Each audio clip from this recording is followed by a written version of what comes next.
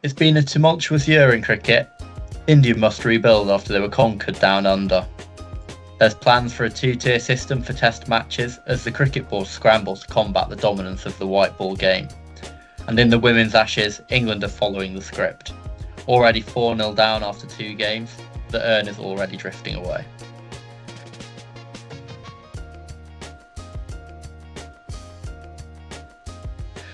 Welcome back to Behind the Stumps. Today we'll be delving into the apparent turmoil of the international game. It all seems to be going wrong. For if you're a traditional fan or pretty much any fan with any sort of soul, with some of the news that's been coming out recently, and yeah, we're going to be looking at all sorts. We're going to be looking at India, the Test team, and where they need to go, what they need to change, what needs to happen after their defeat in the Border-Gavaskar trophy. Of course, 2 tiers, 2-tier gear. The Women's Ashes, World Test Championship, looking ahead to that. And a little bit about the situation in the Champions Trophy concerning England playing Afghanistan. That's obviously a very serious issue. So we'll try and give that. We'll make sure to give that some earnest thought. It's me and Ray here today. Hi, Rayanne. How are you doing? How's life down in Brighton? Yeah, it's going good, mate. Pretty chill winter. Snowfall in the last week. Yeah, it's going good. How about you in the Sheffield? Oh yeah, all good, all good. Had a good Christmas, had a good New Year, and enjoyed watching the Border-Gavaskar trophy when I could. Great series. India. Let's just get straight into it. India. Yeah, better than Ashes. I don't know. Well, I guess we'll probably find that out. Definitely better than some of the series that have happened since England won in 2011. I'll admit that because we tend to lose by at least three or four tests every time we tour there at the moment. And yeah, I mean, it's quite a good question to open up with. I'd probably like to think that when the Ashes are at home and it's a really even series, it's just as exciting, if not more exciting. I'm always going to be more excited by an Ashes series, but that's purely because I'm an England fan. So Yeah. I don't really care. I don't really care what India do against Australia in comparison to what England do against Australia. So I'm always going to say the Ashes, but I can definitely understand why. I can definitely understand the perspective of people disagreeing with me and of Indian fans and maybe Australia fans as well, because they get a much better contest saying that the Border-Gavaskar is a bigger series. So yeah. Yeah, it's good. Yeah, the same as for me as well. Whenever India plays, I'm sticking to the TV. But apart from India, the one series which most excited me is the Ashes. In the last decade, I never miss a single Ashes test. That's how big it is. But when compared to the Ashes, the reason for the growth of India versus Australia rivalries, even competition between both teams, and particularly in this series, the competition between bat and ball is like neck to neck. To be honest, no, bowlers are more dominating than the batsmen in this series. I feel that's the point for the spectators to attract more in the series. Yeah, and talking about, so India lost that final test match. Do you think it would have been different if Bumrah hadn't got injured? Might be, but again, batters didn't perform up to their expectations. But if Bumrah is in the crease, the Australian batsmen felt the pressure, and they might react differently. Like they went for big shots earlier and might lose their wicket. So anything can happen. But the absence of Bumrah really hurt us. But it's we won't complain about the Bumrah's absence really, because he became the lone warrior for him throughout the series. Yeah, he bolted. It was inevitable. There's nothing to at some point. Like I think complain about his absence in the last final innings. Yeah, exactly. Yeah, like, as I just said, his injury was an inevitability because he'd been so massively overworked throughout. So it wasn't really a surprise to read that he'd fallen to an injury. And sticking with this theme with the Indian players, Rohit Sharma's come under a hell of a lot of pressure. He averaged what did he average in the series? Like somewhere in the teens, about 10 or something. Yeah, I think around 10. And the funny thing is, Bumrah's batting score of 22 in the first innings of Sydney is the highest score by an Indian captain in the entire series. There you go. Yeah. Yeah, shocking. Good start. Yeah. What do you think? Because there's almost suggestions, all of which have kind of, which makes you make. What am I trying to say here? You see stats getting thrown around, like the fact he's only scored one overseas test 100. Basically, sort of question marks over whether he was ever a elite level batter.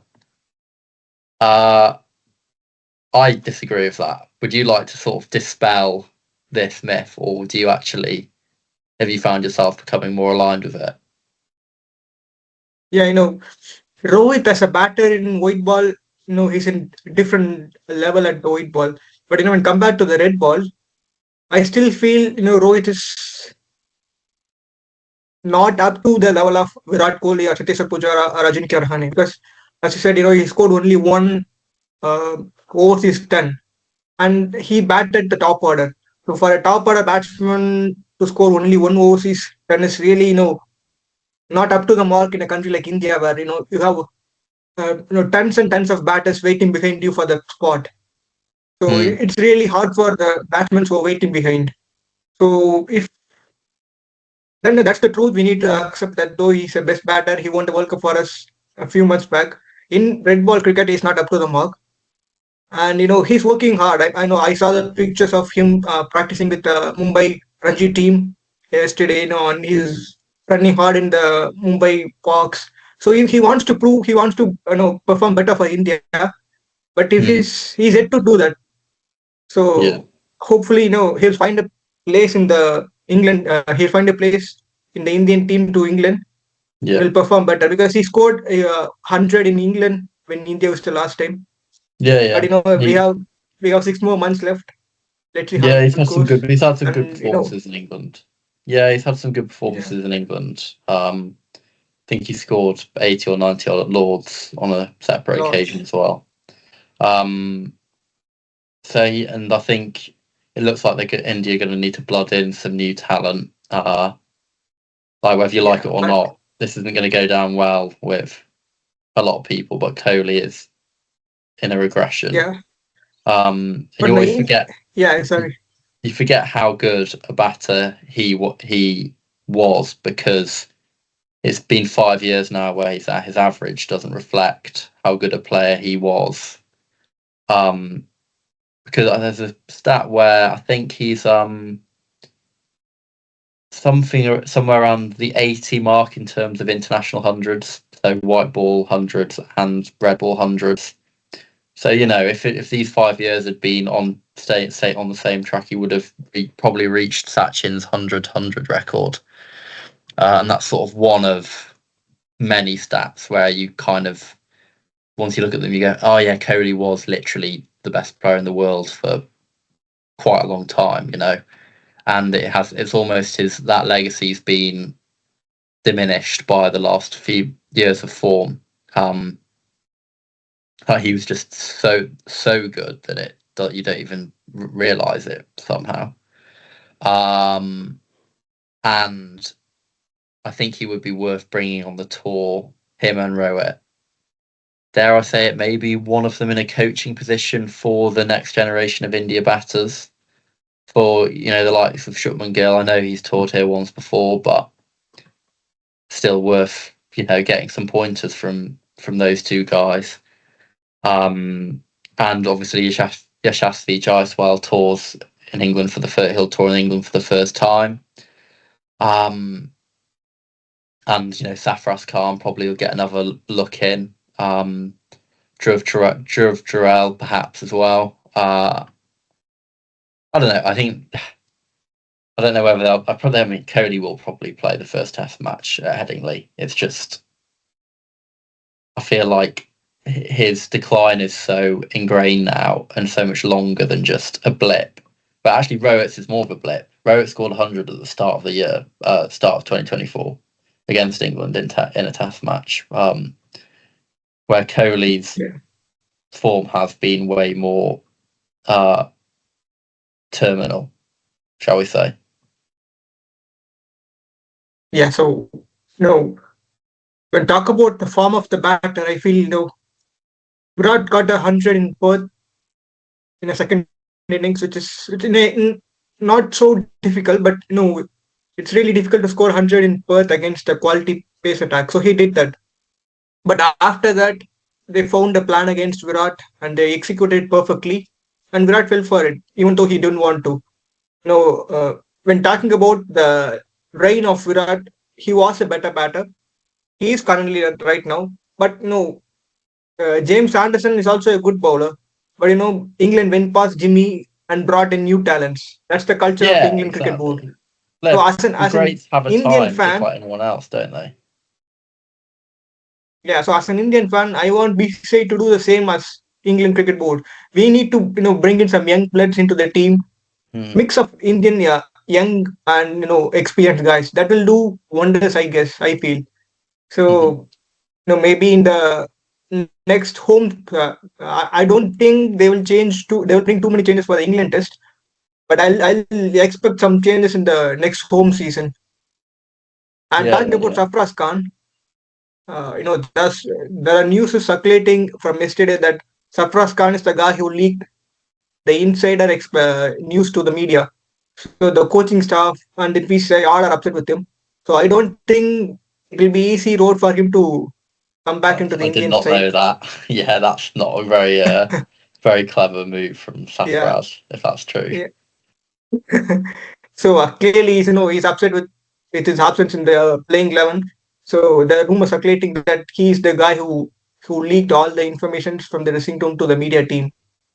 So I'm not sure whether it's true or not, but if it's true, it will be real hard for Sarfaraz Khan. So there are so many speculations that there's a rift between Virat and Rohit. Like there's some other guy who needs a test captaincy, who said that Rohit is not in form. So it might be there's rumors circulating that it might be Virat Kohli or KL Rahul. But there are rumors. There's so many rumors. We don't know whether that's true or not. But all these rumors went to the media through Sarfaraz Khan. Sarfaraz Khan is the guy who the mediator between the media and the dressing room. Leaked these rumors to the media. It's kind of upsetting the Gautam Gambhir, I guess. So if it's true, then it will be a difficult road for him to come back to the Indian team and to earn the trust of teammates, coaching staff, etc. Yeah, I said what I said without knowing that. Yeah, and with that, India appointed a new batting coach today. So just to resolve their batting turmoil in the last few series, our bowlers are exceptionally doing good, but our batters needs to improve. So we appointed a new batting coach who's going to, work with the Indian team in the upcoming England white ball series. Yeah. So we'll see. We'll see. I'm expecting a good changes in the batting. Yeah.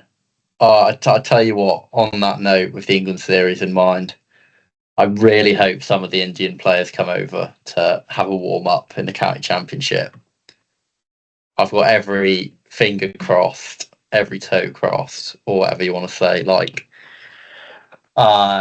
Yeah, I think I'd love to see Shubman Gill in some Sussex CCC whites more than anyone for some reason. Yeah, maybe something not to do with cricket. I really wish physical presence.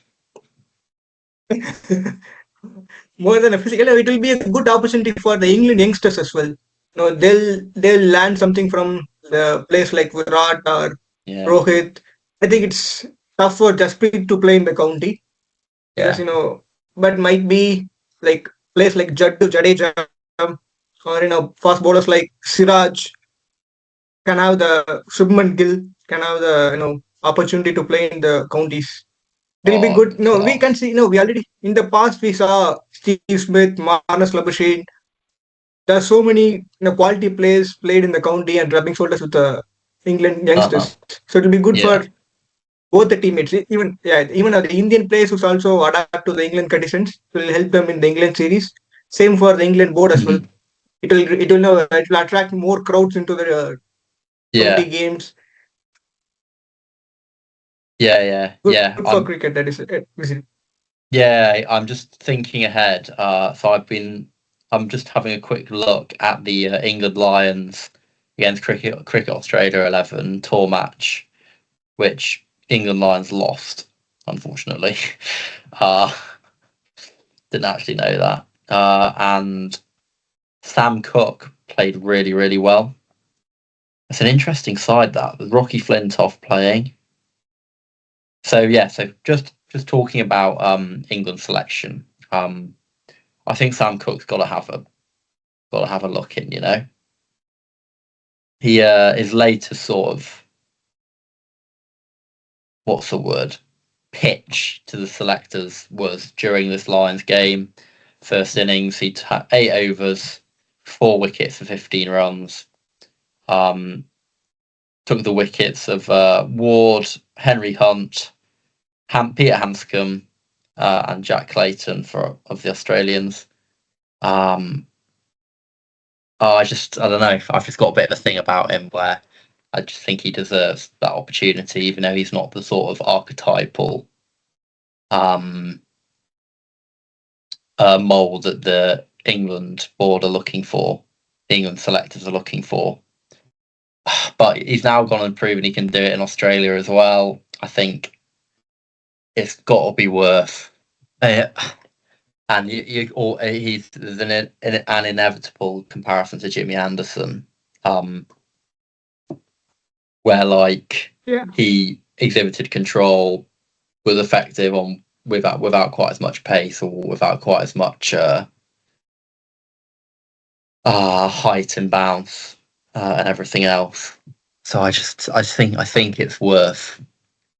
I just think it's worth a go for it. I just want to really see that one happen. And yeah, looking ahead to that series.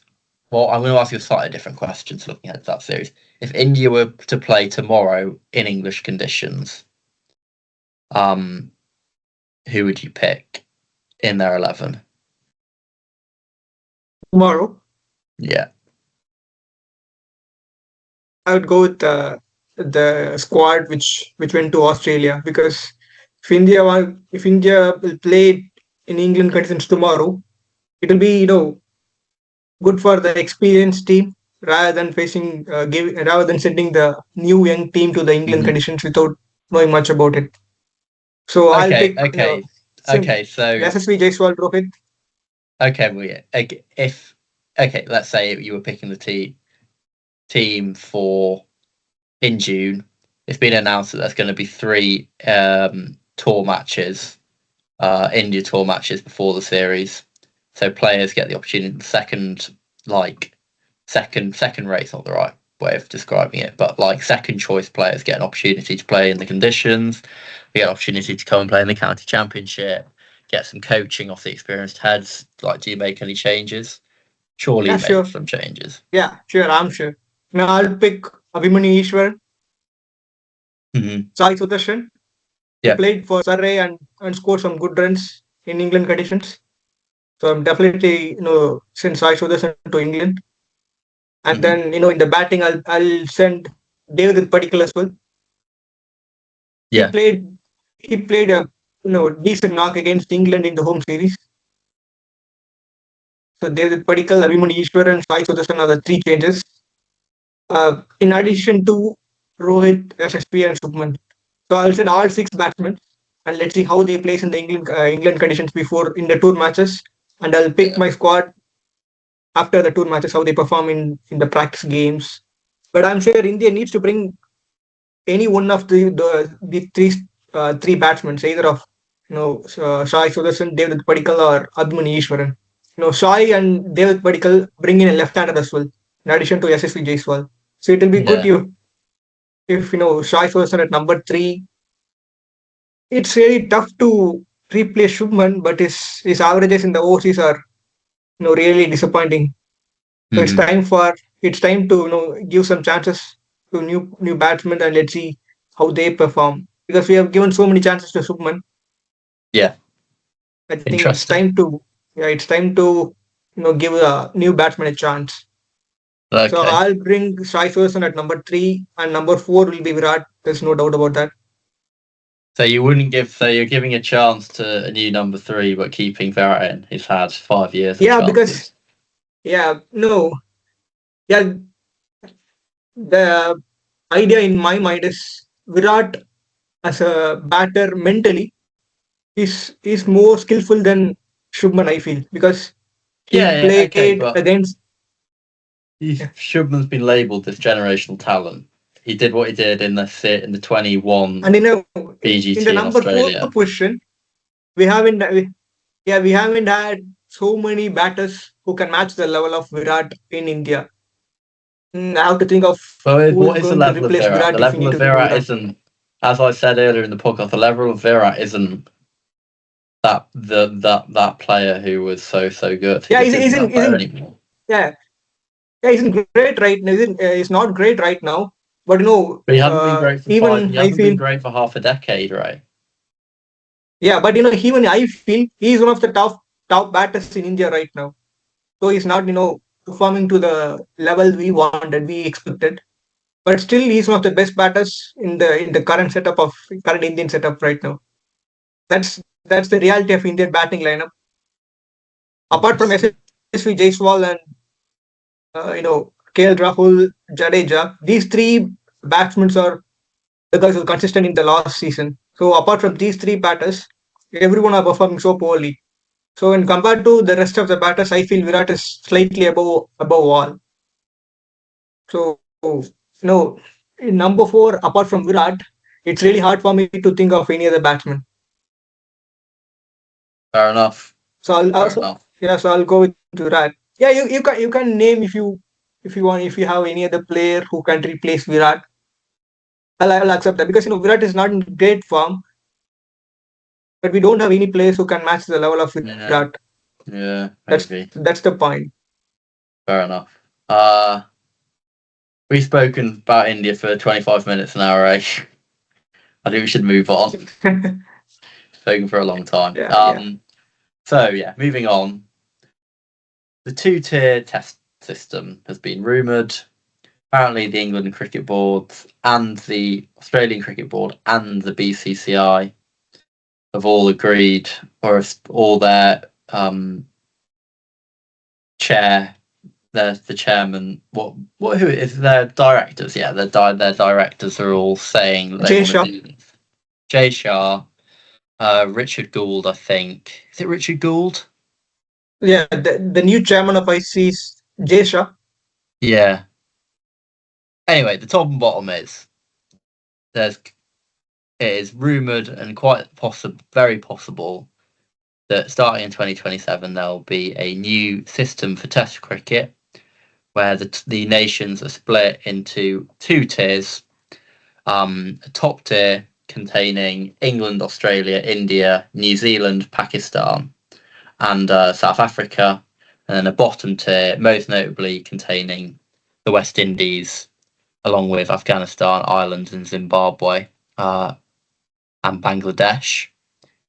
Um, it's a really it's a big turning point for Test cricket if that happens. The idea is effectively for the best. It's been branded as the best playing against the best. So India playing Australia, India playing England, and England playing Australia in the Ashes twice every 3 years. That's the set. That's how it's being sold. Where if you really look through it, it's to do with money and making as much money as possible the um from the test matches via TV rights, via increased ticket sales, um, and the advertising that comes with all of that as well. Uh, I wrote an article actually where I kind of said that I think it should happen, but only for the sake of the Test cricket survival. I'm not sure if I agree with what I wrote the best part of 2 weeks ago now, because it does effectively spell the end of Bangladeshi and West Indies cricket if it happens. Which I think would be, on reflection, not just a great shame, but something that we can't really afford to happen if possible. Ray, I want to hear your thoughts on it. I don't know what your thoughts about it are at all. So, yeah. So first of all, I have to say that that's a very well written article, mate. Congratulations for that. Wrote Thank very you. well. Yeah, and with the two-tier system, it's really really good for a cricket fan like us, because we want to see the best versus best. Like whether it's India, Australia, England, whoever plays, we want to see the best versus best, rather than India Mm, playing Sri Lanka or West Indies or Bangladesh.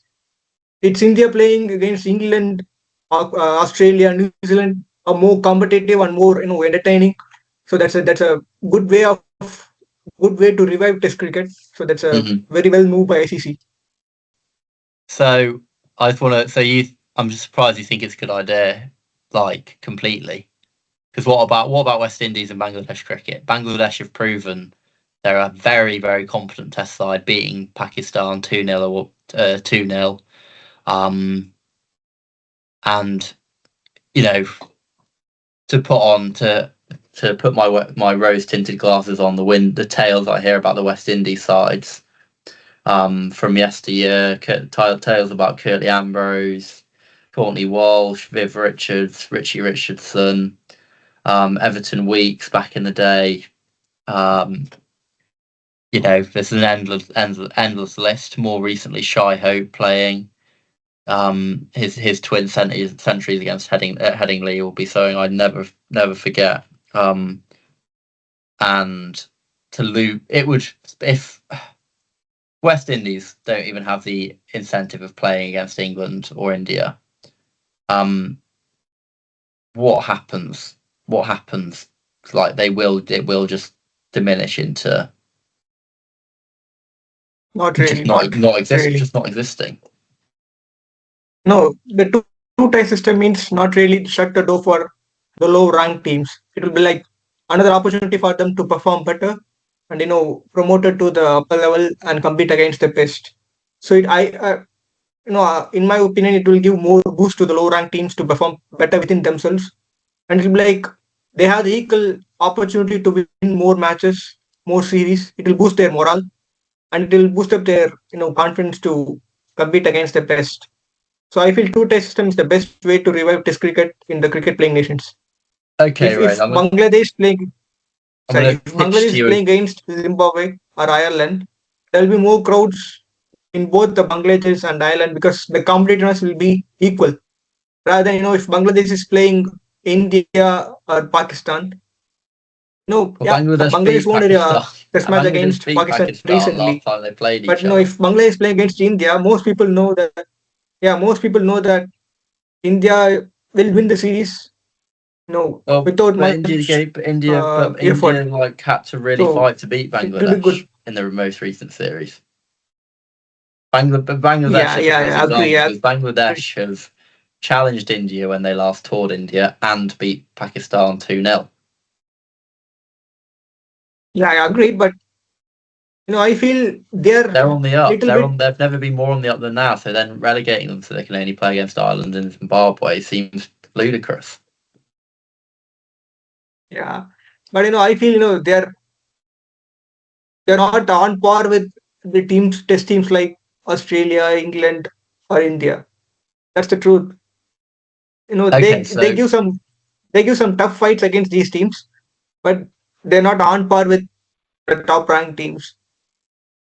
no, but that's almost the beauty of it. In last weekend, Tamworth, fifth tier of English football, played Tottenham Hotspur in the Premier League and got a draw in normal time. Obviously, they lost in extra time. My point is, the small teams should be given an opportunity to see if they can match it against the big boys. What if New Zealand got relegated? Hypothetically, could happen. They could have a bit of a dip and get relegated. Suddenly, they don't play India for 2 or 3 years, and you'd get deprived of that historic win. If India got relegated, would there all of a sudden be a change to the rules where that means it doesn't happen? Because they change the rules if they don't fancy playing in Pakistan. So if it's something much bigger than not wanting to play in Pakistan, do you think they'll get the rule? They'll think something will be changed out of thin air for that to happen? Because I think they probably will, won't they? Yeah, that's a fair voice from you, mate. We need to think really hard about how to structure the two tier systems, because yeah, as you said clearly, it will be real difficult for the top teams who will relegate to the lower ranked. Mm-hmm. So we need to, I don't know how they're going to structure the two tier systems, but I feel it will encourage more players, more fans to involve with the test cricket as a fan. Yeah, but there are so many complications around that. I don't know whether they're going to bring the two tier system or not.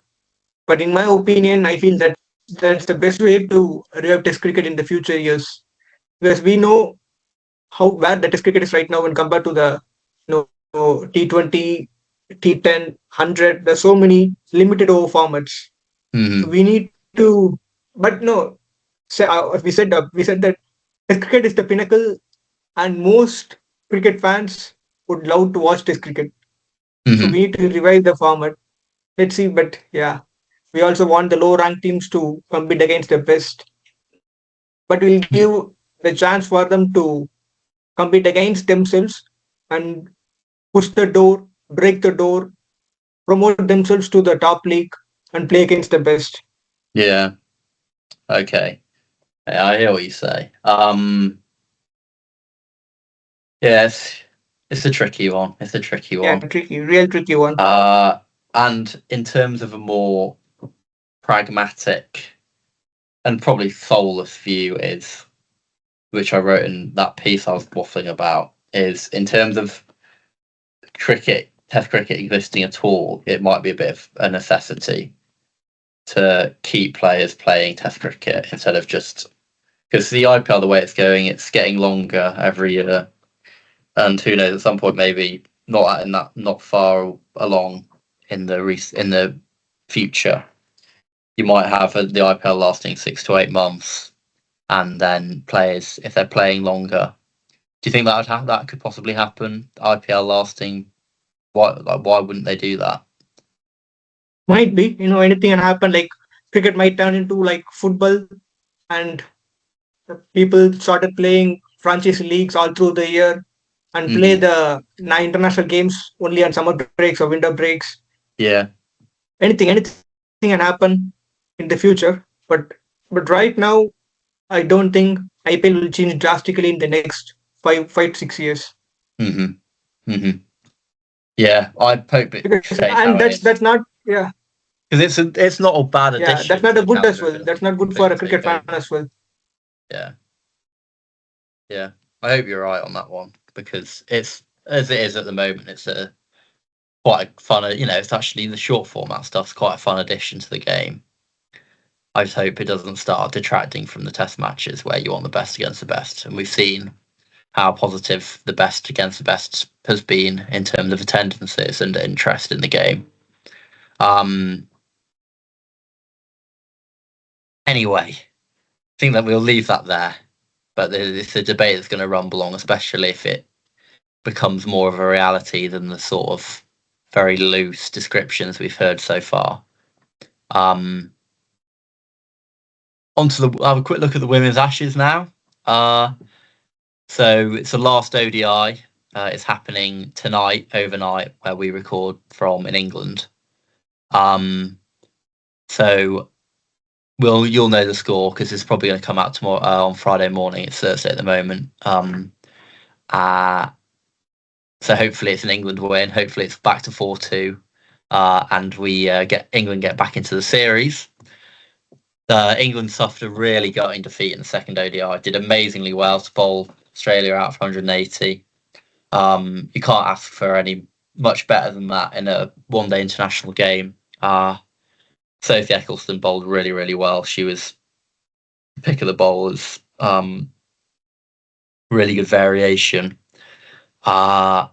but it's just really fragile batting. I feel like it's a really, really common theme now of the England women's side. It happened in the World Cup as well, where we just seem really fragile in pressure moments where it wouldn't even need that much from the batters, like a partnership, even just, lasting an extended period will probably just get you there. And along with the batting looking quite fragile, there's a really frustrating mistake from Amy Jones at the end. She was really well set. She played really, really well to that point. And last wicket remaining. You want to keep Lauren Bell off strike, obviously, to try and keep the run chase alive with a couple of overs left. Instead, she sort of miscounted the number of balls left, didn't take an obvious single, and left Lauren Bell to face 6 balls of the next over, and Bell was inevitably bowled. It's just frustrating. It's really frustrating, man. I'm really loving how the women's game is becoming. I just saw a scorecard. Go on, Ray. Yeah, I just saw a scorecard.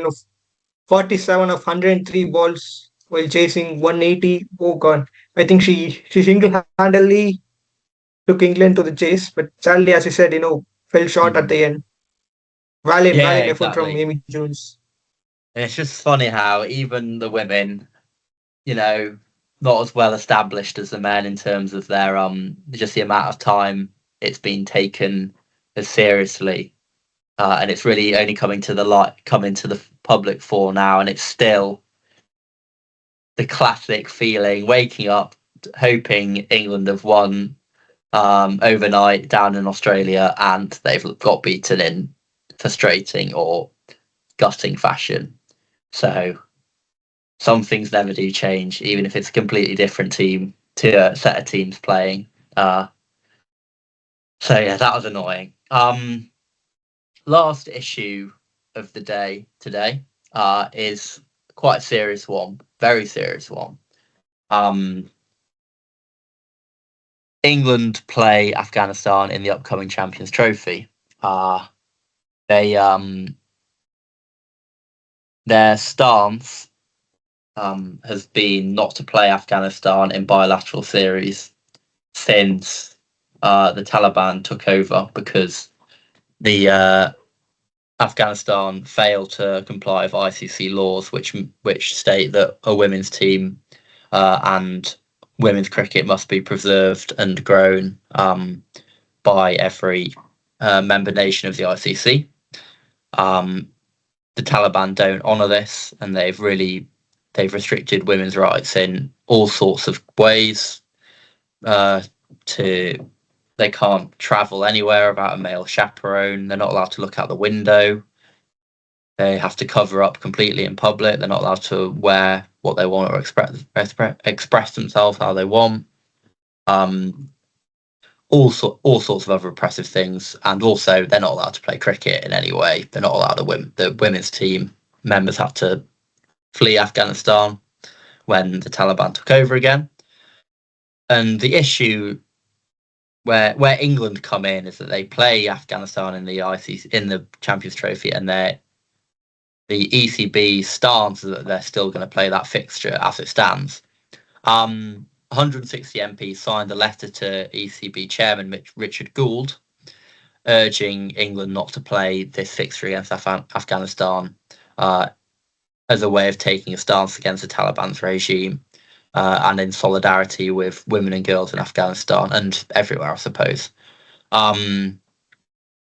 I'll say my piece before you come in, Ray, as I agree. I don't think England should play the game. The ECB have said that it is an ICC matter, and that the ICC should enforce their rules, which state that about in terms of a women's team existing in Afghanistan.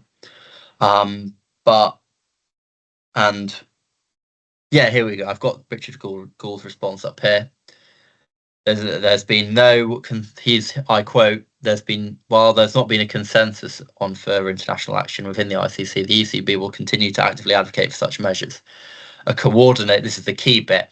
A coordinated ICC-wide approach would be significantly more impactful than unilateral actions by individual members.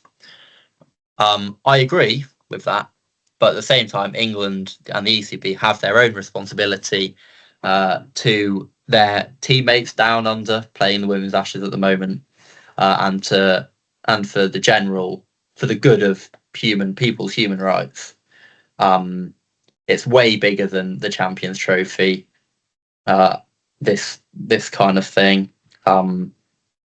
It's just infinitely more important, the rights of half the population in Afghanistan, than whether England get knocked out of a cricket tournament or not. You can argue, it's not England's fault.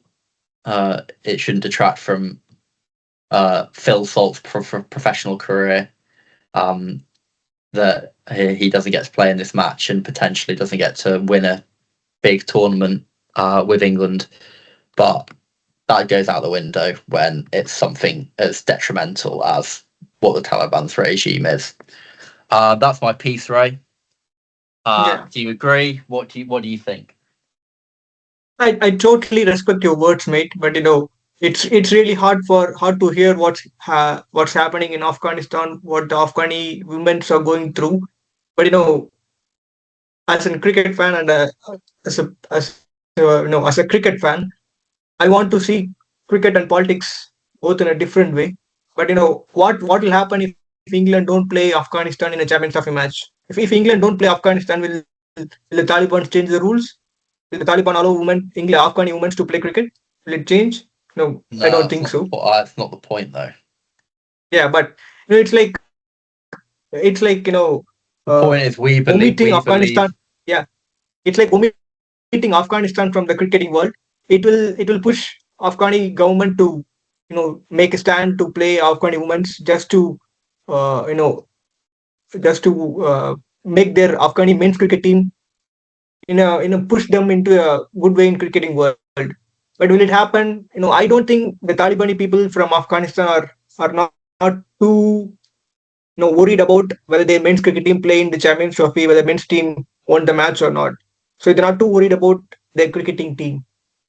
So they have their repressive thoughts because they are from different part of the country, and with their there's so many things behind that. Their religious policies, their religious procedures. So I don't think they will change the repressive mind of them if we omit Afghanistan from the cricketing world, because we have so many Afghan young talents in the cricketing world right now. It will be real tough for them if we don't play against them in ICC tournaments like it, because when Afghanistan is playing a bilateral series, not many people watch it. So, but many people watch the ICC tournaments. So if we play against Afghanistan, there is a chance of so many Afghans and young batters, bowlers to rise up in the bigger occasions. We saw in the last ICC tournament as well. They won against Pakistan. They gave good tough fight against the eventual winners, Australia. So the chance of young Afghan players who rise up to the occasion in the bigger tournaments. So if we stop playing against them, we're stopping the opportunity for the young players to play in the tournaments. So it's really sad for the young talents from Afghanistan. That's my opinion. I totally agree with your view. I understood what you're trying to say. But what if we stop playing against Afghanistan? That's my question. That's my point of view. It won't change anything from any repressive thought from the Taliban, but it would also affect the talent of executing the talent of young Afghanistani players in the ICC tournaments. That's what I feel. I feel like it's just so much bigger than whether Afghani cricketers play cricket or have a good career or not as well, though. And I'm not sure which player who's stood in the songs. So, but hang on, Larry. Hang on. But I think this is as a message to women in Afghanistan would be so much stronger to say, look, what, we've seen this and we think it's wrong, so we're in full solidarity with you, and so therefore we're not going to play because we believe that you're being oppressed and we don't want to be complicit in your oppression. So we are going to take a stand and not play. That's my opinion on it. That's what I think they should do.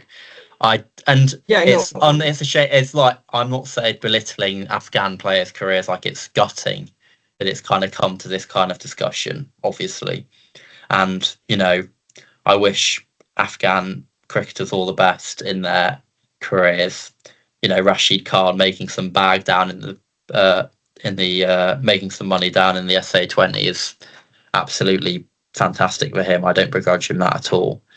But when it's international representation, international flags, it just seems wrong. And it's just, what's more frustrating actually than whether this is down to Afghan players playing, England players playing, the ECB doing anything about it, it is down to the ICC are the real people to criticise here, which I probably haven't done enough. There's a solution here, which is the ICC set up a women's team for Afghanistan, who play under a neutral flag in the way that Russian athletes or compete under a neutral flag.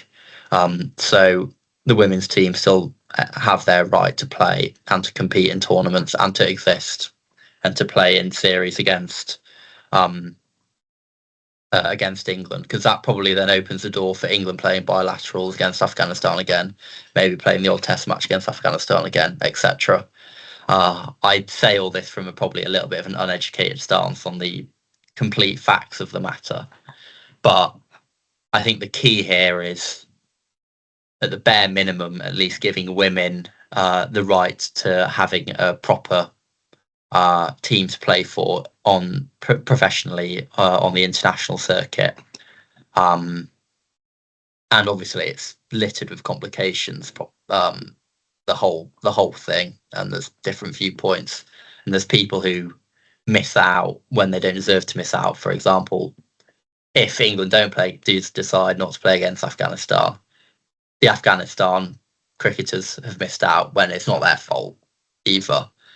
But I just think to try and show support for such a huge group who have been ostracised and have their human rights taken away, I think it's an important thing to do.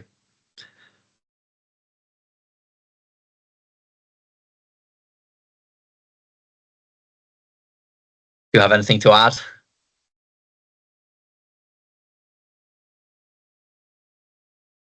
Yeah, mate, I understood your point. What you said is perfect, correct. But humanity, human rights are far better than sport. But my point of view, or my question is, will the Taliban's really worry about the cricket team not playing in the It's not about that. It's about showing women in Afghanistan that we're with you. That's the point. Yeah. It's like, that's the point, though. Yeah, it's like showing support. Yeah. By actually making some kind of sacrifice, which is England don't play cricket, which is such a tiny sacrifice, really. But that's the point. It isn't to do with and maybe if you got enough Afghan play, because the Taliban use the Afghan team, men's team, as a bit of a propaganda tool. I've heard that on different podcasts. Maybe if suddenly Afghanistan don't play, that's the case, yeah. If Afghanistan aren't playing and they can't do that, then maybe they will actually make a change. Yeah. If that's the case, that Afghani men's teams are using as a propaganda of Taliban, ideas, then it's for okay to stop playing against them. But what you said is perfect. Maybe the idea of ICC making a team with a neutral flag and start playing cricket matches against them. That's a good way, like you said. England playing against a neutral team containing Afghani women. That's a better way of bringing cricket into them. But there's so many different of opinions with me. Yeah. Mm-hmm. Human rights, humanity is far better than sport. But I feel stop playing against particular country because of the political issues within the country. No, that's not a real way of support to the people in the country, I feel. So if we want to support the Afghani women, we need to take care of their, like politically we need to move and support. So sport is not a real support to. Mm-hmm. Yeah. That's what I feel. Yeah. Just on my last point, I'm not quite sure how the Taliban use the Afghan team as propaganda. There's no, just to clarify, as far as I'm aware, there's nothing from any Afghan players like advocating for how the Taliban treat women or rule. It's more of they might say, look at how well the Afghan men's team are doing as like a party political like a broadcast or something. I'm not saying, and I'm not sure of the details. I need to do more research, really. But yeah, Ray, really good debate. Very, very interesting. So yeah, thank you for that. I think with that, we'll call it a day for today. Yeah, I think let's end on with a lighter note that Jimmy Anderson is back. Yeah, good idea to end on a lighter note. It is very exciting. Are you excited? Because I am excited. I am very excited. Yeah, he'll be playing for Lancashire. So Rayan, because obviously Ray only moved to England about a year and a half ago. Ray needs to go and watch the Anderson Bowl live the first time. So yeah, I'm pretty much excited. First game back at Lords. They're playing Middlesex at Lords, Ray, in London. So I think you need to make sure to ask your manager few months in advance. These days I can't work. And get yourself to Lords. Yeah, and hopefully I already got my. Go on. I already got my tickets for the India-England Test match in Lords for the first and fourth day. Oh, brilliant news! Oh, that's so class. Day 1 and 4. Yeah, day 1 and day 4. Oh, brilliant! Well, you'll have an absolute blast. Hopefully, mate. Yeah, mate. So I'm just really excited for these matches and watching Jimmy before the Test series. Brilliant. In May. Oh, mate, yes. I'm really happy you've said that. That's brilliant. Yeah, pretty penny as well. Those tickets, I imagine. Day 1. Yeah, but it's quite crazy, but it's worth the price. I feel. I just want Virat and Rohit in the team. I just want to witness them playing in England, playing in Lords. Let's see. Hopefully, I'm delighted, mate. I'm absolutely delighted that you've arranged that. That's really exciting. And Jimmy's playing. I think it's in April. He's playing at Lords. He's been playing at Lords against Middlesex. So I reckon you try and get to the first couple of days in case Lancashire don't bowl first. Because you need to watch him with that new Duke's ball in hand, really, to get the full experience. Yeah, mate, that's the dream. Yeah, that's one of my dream. Yeah, it's getting close to the season. I think we'll be able to reel Luke back on for a few episodes once the championship season gets underway. Hopefully we can organise some evening calling so we can do it sometimes. Luke as well. Yeah. Yeah, because it's good to hear what he thinks as well. So on that lighter note. Yeah, mate. I'm really happy. Sorry, just want to say, look, mate, Luke, if you're listening this, we all miss you. Our listeners are missing you. Yeah, miss you, Luke. Right, Ray, let's wrap up. I've got some serious editing to do now. Yeah. So thanks very much. Really good debate about the India setup, about the two. Disagreed on everything today. The 2-tier stuff and the stuff. Really good debate about the Afghanistan situation. So thanks for that. Thanks for your input on it. Thanks for joining me. Thank you, mate. Thank you so much. See you soon, guys. And thank you to everyone who's listened all the way to the end. Please follow us on Instagram. I'm trying to upgrade our amount of posting we do. I've set myself a challenge of posting once a day on there. So hopefully we'll actually have some content for you on there from now on. And thanks for listening. Be sure to subscribe on the YouTube. Didn't do quite as well as on our last upload, so hopefully try to hit the heights of the one before that. And yeah, do leave a comment, etc.